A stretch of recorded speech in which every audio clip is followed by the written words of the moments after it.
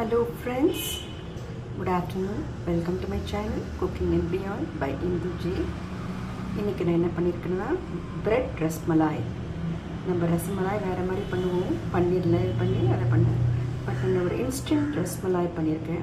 அது எப்படின்னா ப்ரெட்டை நல்லா இந்த ட்ரிம் பண்ணிடணும், சைடில் இருக்கிற இந்த ப்ரௌனாக இருக்கிறதெல்லாம் எடுத்துகிட்டு அதை அப்படி தனியாக வச்சுருங்க. முதல்ல நம்ம பட்டரில் ரோஸ்ட் பண்ணி கட் பண்ணி வச்சுக்கலாம்.